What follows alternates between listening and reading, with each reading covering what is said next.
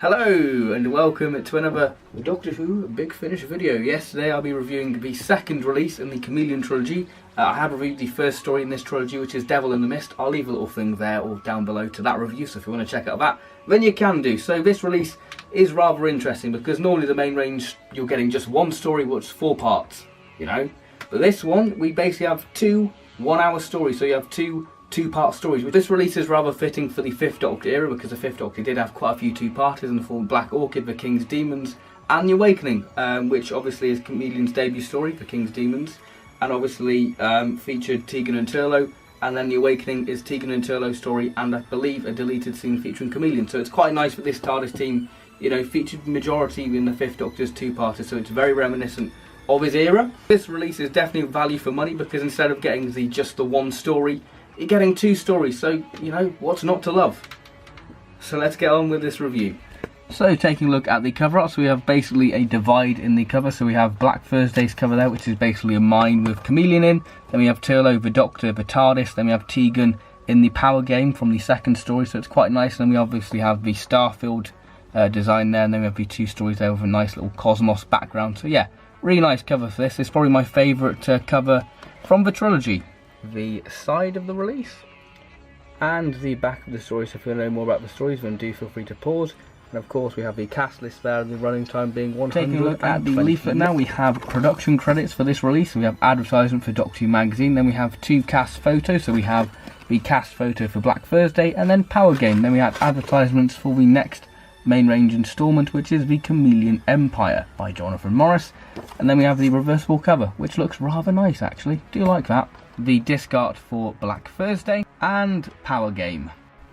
So what we have here is a very interesting release. One story being about a family drama and all about grief, and the other story, well, being rather fun, clever and a light-hearted adventure with a very interesting format, with both stories exploring Kamelion, showing us how much of a liability he can be, with this set really questioning, should Kamelion leave the TARDIS? So on to Black Thursday. Part 1. So with this story being a 2-parter, the story really doesn't waste any time with it being rather punchy, little adventure, with it basically setting up the family drama with 2 miners who are father and son, leaving for their shift, leaving the mom-wife character called Ira on her own. The story is essentially based on Ira and her grief, so we cut away to the Doctor and crew, which we get a nice little link back to the previous release, Devil in the Mist, with the Doctor's recovery, so that was quite a nice little touch by Jamie Anderson, which was a rather nice little touch to make this trilogy sort of flow into one. And again, Power Game does exactly the same. It does sort of follow on from Black Thursday, which is a really nice little attention to detail to make this trilogy really flow, which is quite nice. So once the Doctor and crew arrive, we're greeted with the big catalyst of this story, the actual mining disaster, which is handled rather well, especially the build-up, as Jamie Anderson really shows how claustrophobic and the grittiness of working down a mine is for the Black Diamond. So the Doctor and crew are flung into action with Tegan wanting to help. We have them on a rescue mission to get the survivors out in case there is another explosion from Afterdamp, which I think would have been quite a cool thing to explore, but this story is based on true events. So this is one of my main criticisms for this story, and that is the rescue mission plot. It feels like it's dealt with far too quickly, and I swear that there are more miners trapped down there, but the story just kind of forgets about them. And I know the story's not meant to be about the actual mining disaster itself, it's about the form of grief, and that's very much the theme of the story. But I think that the rescue mission could have been kind of dragged out a little bit. I feel like it's kind of, you know, brushed aside a bit too quickly for my liking personally. But that being said, we do have a wonderful character moment within the rescue section itself between the Doctor and Kamelion. You know, helping an injured miner, with the Doctor lying to this father character, who obviously we see at the start of the story going, look, your son's going to make a full speedy recovery. And Kamelion questions, you know, the Doctor, why did you lie to that person? And the Doctor says, well, you know, I didn't want to make his final moments even more painful. So we see Kamelion trying to understand humans, which links back to the main theme of the story rather well. With Kamelion going on a mission, and I will say part 1's cliffhanger is rather bizarre, but overall I think that this is a really enjoyable, punchy start to this story. Part 2, now this part explores the family aspect and the village paranoia of the strangers that are the Doctor and crew, with the villagers blaming them for the disaster, so this story very much becomes a runaround, with Tegan even joking about that, with them trying to find Kamelion, with Kamelion seeking revenge for Ira, who has formed a mental connection and wants to make things right for Ira by making Mattison suffer, the boss of the mine, by making him lose something dear to him. Which is very interesting idea to see Kamelion trying to help a human in his different robotic way. He feels like he's making the situation better, but instead he's making it a lot worse, which leads on to a very interesting twist, which very much comes out of nowhere. Like, oh, that really came out of nowhere. I didn't expect that at all. Which I guess is good for a twist, but this does feel a little bit random in my opinion. But I will say that the build up to that moment of the twist is a rather nice sort of tense moment and sequence of events, which does lead into a rather beautiful end sequence with the aftermath, with the Doctor and crew visiting the village, 84 years later, telling Kamelion, about sort of memorials and that kind of thing, which is quite interesting, about memories, how people keep it alive and that kind of thing. It's a very nice speech by the Doctor, and this is when Kamelion questions, should he really stay on board the TARDIS? So, moving on to characters now, we have the Doctor, Peter Davison. Another excellent performance, with us getting some really wonderful moments, with this story really showing his ever hopeful nature, with this story really showing his authoritative side, which is a rather nice change. Instead of the Fifth Doctor is very much a character who sort of stands on the sidelines, let things happen, and then sort of dives in when he needs to. But this is when the Fifth Doctor's like, right, we're going to do this, and it's quite nice to see that. And like I said, the final moments of the story gives Davison a really powerful speech, and is just a really highlight of the story. I feel like that end moment is just a really beautiful way to close off this tragic story in a way, and it's definitely the highlight for me within this story. Tegan, played by Janet Fielding, another great performance. She very much throws herself into this situation, showing her caring nature, but still is blunt with Kamelion, so we still have that classic Tegan sass. And also she's quite frustrated by the villagers and how they treat her, which is quite nice to see Tegan, be classic Tegan really. Which is Turlough, played by Mark Strickson. Again, great performance. And this story, Turlough actually gets stuff to do. Unlike Devil in the Mist, where he's very much pushed aside, Turlough actually gets moments to shine within this story. He gets a great action moment, has some scientific things within it. And, Tegan, like I said, throws herself into the adventure. Whereas Turlough's a little bit more cautious, which I found quite nice little change in the dynamic. And like I said, this story really does utilise Turlough to his advantage, especially in episode 2. Kamelion, played by John Coleshaw, another excellent performance by John Coleshaw. This story really utilises John Coleshaw to his advantage, with Kamelion blending in with being a Welsh miner. So obviously we see John Coleshaw's impressionist skills, doing a Welsh accent, but he still keeps, that robotic delivery, so it kind of has that unsettling feel to it when he does that, so I thought that was quite a nice little thing to do. And Kamelion does have a rather sinister moment within this when he's mimicking the dead, which I thought was quite interesting and quite sinister, and again, rather unsettling. And like I said, this story really does explore Kamelion in a very different light, which I did enjoy, because obviously this whole trilogy is to expand on Kamelion, and this story certainly does expand on Kamelion in a very different way. Ira Hughes, played by Izzy Roper, a really lovely typical mom character who slowly changes and becomes twisted by the events of this disaster and becomes haunted by Kamelion. But by the end of the story, she comes to her senses, and it's a rather nice ending for, despite all the tragic stuff what happened to her, she does have a rather happy ending in a way. But again, brilliant performance. So what are my concluding thoughts on Black Thursday? Well, Jamie Anderson has crafted a rather beautiful story about grief, incorporating family drama with a hint of sci-fi. The story really does fit into the era perfectly and definitely wouldn't feel out of place in the modern era of the show. But that being said, I do feel like the story did leave a few things out, like the rescue side. I just felt like it was brushed aside too quickly for my liking, so I feel like if you're a fan of the Green Death and the Mark of the Rani, then you probably will enjoy this story. I'm going to give this story an 8 out of 10. I feel like the story had potential to be a 9 or a 10 out of 10. But I feel if this was a 4-part story, you could have pushed this story a little bit further and properly explore the family aspect, and obviously get time to learn more about these characters instead of literally, seeing them for a couple of scenes and then literally the disaster happens. So I feel like, it would have been nice to actually have, set up the characters a little bit more. Though the setup was great, I just feel like the setup, we could have spent a little bit more time with those characters, and obviously it would have packed a little bit more of a punch when the disaster actually happens.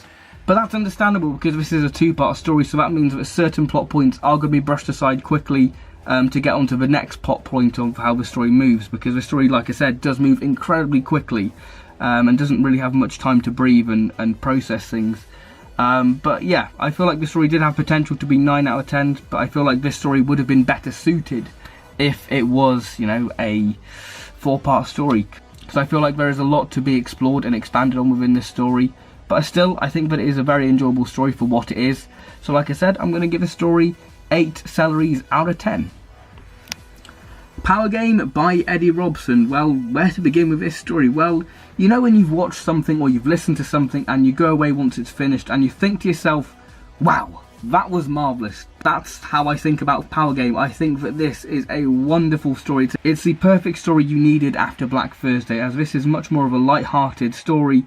And it's certainly a story that will raise your spirits. It's just a lot of fun, and I really appreciate that. Part 1. Well, I'm going to start off with the structure of this story. Well, it certainly is experimental, reminded me of one of the 1 to 50 Big Finish stories, which is always great, because that's where I started Big Finish, so it's always great to be reminded of that. Basically, the format is people watching the Power Game, which is basically the Crystal Maze with contestants finding power gems, what has a very interesting twist in the second half of the story. So you have people reacting to the TV show, and then it cuts back to the game whilst it's playing out. The start of the story really sets it up brilliantly, with it throwing questions straight at you. You know, how did Tegan arrive at these games? You know, people going missing.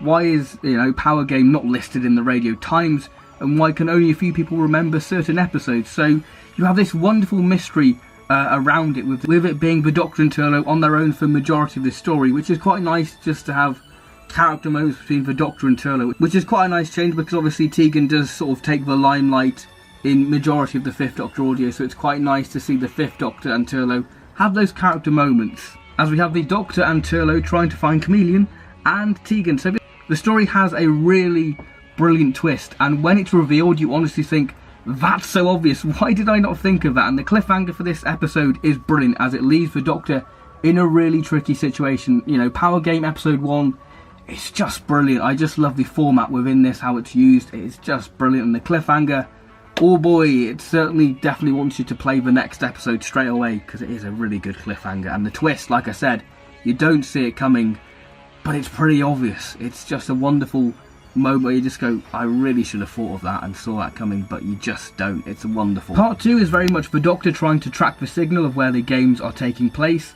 And this part explores the different games, and this is when the games take a sinister turn, with the games starting to glitch and become real. You know, why are the games breaking down? And we have another twist about the games, you know, who's controlling them and what's their plan. And this part continues to make the Doctor's life difficult.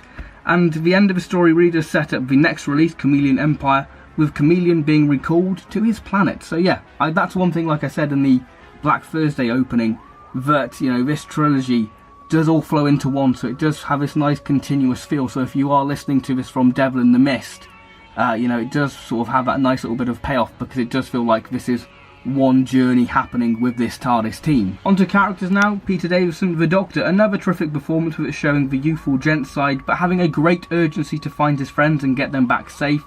So he's forever an optimist, and, you know, as the games play out even more and get more sinister, he gets more desperate, which is great to see the sheer desperation of this Doctor and see his friends unharmed. So it's great, and he does have some really nice scientific techno-babble within it, which is kind of what you expect, but it's great to see the 5th Doctor have a bit of that. So yeah, wonderful. Turlo, played by Mark Strickson, great performance. Like I said, it's great to see Turlo actually have moments to shine and have character moments with the Doctor, as he's very determined to find Tegan, which is quite surprising, I guess.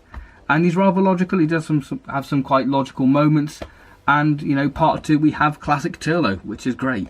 Tegan, played by Janet Fielding. I thought Tegan would have been the main character we focused on within this story, and we kind of do, but she's very much playing the games, and it's quite interesting to see Tegan not arguing and doing what she's told. So it's a very different Tegan, as we see Tegan rather happy, which is quite scary actually, because obviously Tegan's not a very happy character, so it's quite scary.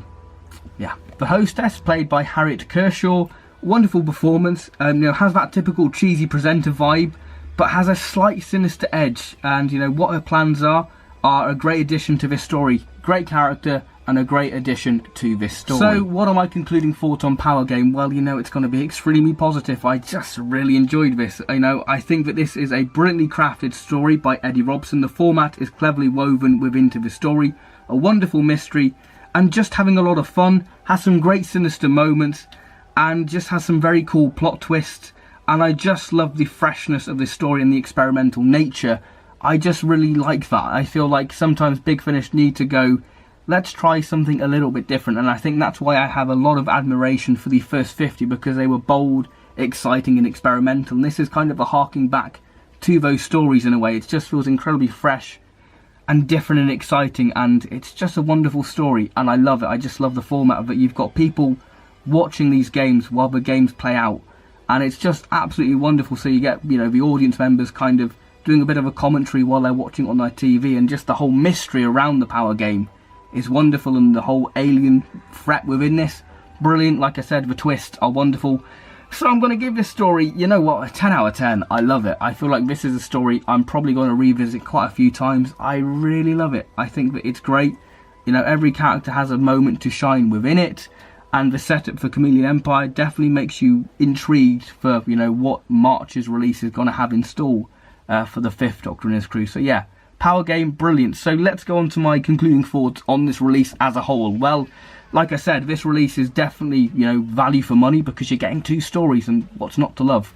You know, both stories offer something completely different, but they all tied by one theme, which is Kamelion, exploring Kamelion as a liability and why he should stay travelling with the Doctor, because the whole theme of this is, you know, Kamelion being a liability, and, you know, why is the Doctor still letting on board the TARDIS? So it is definitely an interesting thing, and it's interesting to see how we're progressing, and, you know, it's interesting to see where we will go from Power Game. You know, Kamelion Empire is certainly going to be an interesting listen, because this story, well, these 2 stories definitely leave you thinking, yeah, Kamelion is a liability, Doctor, you should just get rid of him, really. So it's interesting to see where we're going to go from here. So I'm very excited for Kamelion Empire. Black Thursday, very interesting, historical with a, you know, sci-fi element, which is Kamelion within it. And obviously the theme of grief used very well, but like I said, it could have been better as a 4-parter. I feel like there are a lot of elements what I would have liked to have been fleshed out and explored a little bit more, but that being said, it's still an 8 out of 10, very good, enjoyable listen. And then Power Game, like I said, it's just a very fresh and exciting and refreshing audio to listen to. I love the format, love the experimental nature of it, and it's just the 5th Doctor at its finest, and it's just wonderful. I feel like this release does encapsulate the 5th Doctor 2-parters very well. So yeah, I love this release. So I definitely recommend Black Thursday and Power Game, because it's a great addition to the main range series. So I feel like Kamelion Empire is certainly going to be a very interesting listen. So I look forward to listening to that, and obviously I will give you a review of that in the near future when it's out. So yes, thank you very much for watching this video. Hope you've enjoyed it, and I'll see you on my next video, whatever that'll be. Probably Big Finish, because that's my channel, isn't it? So I hope you've enjoyed, and I'll see you next time. So thank you very much, and goodbye. Sorry, mustache. Yes, that's it. Goodbye.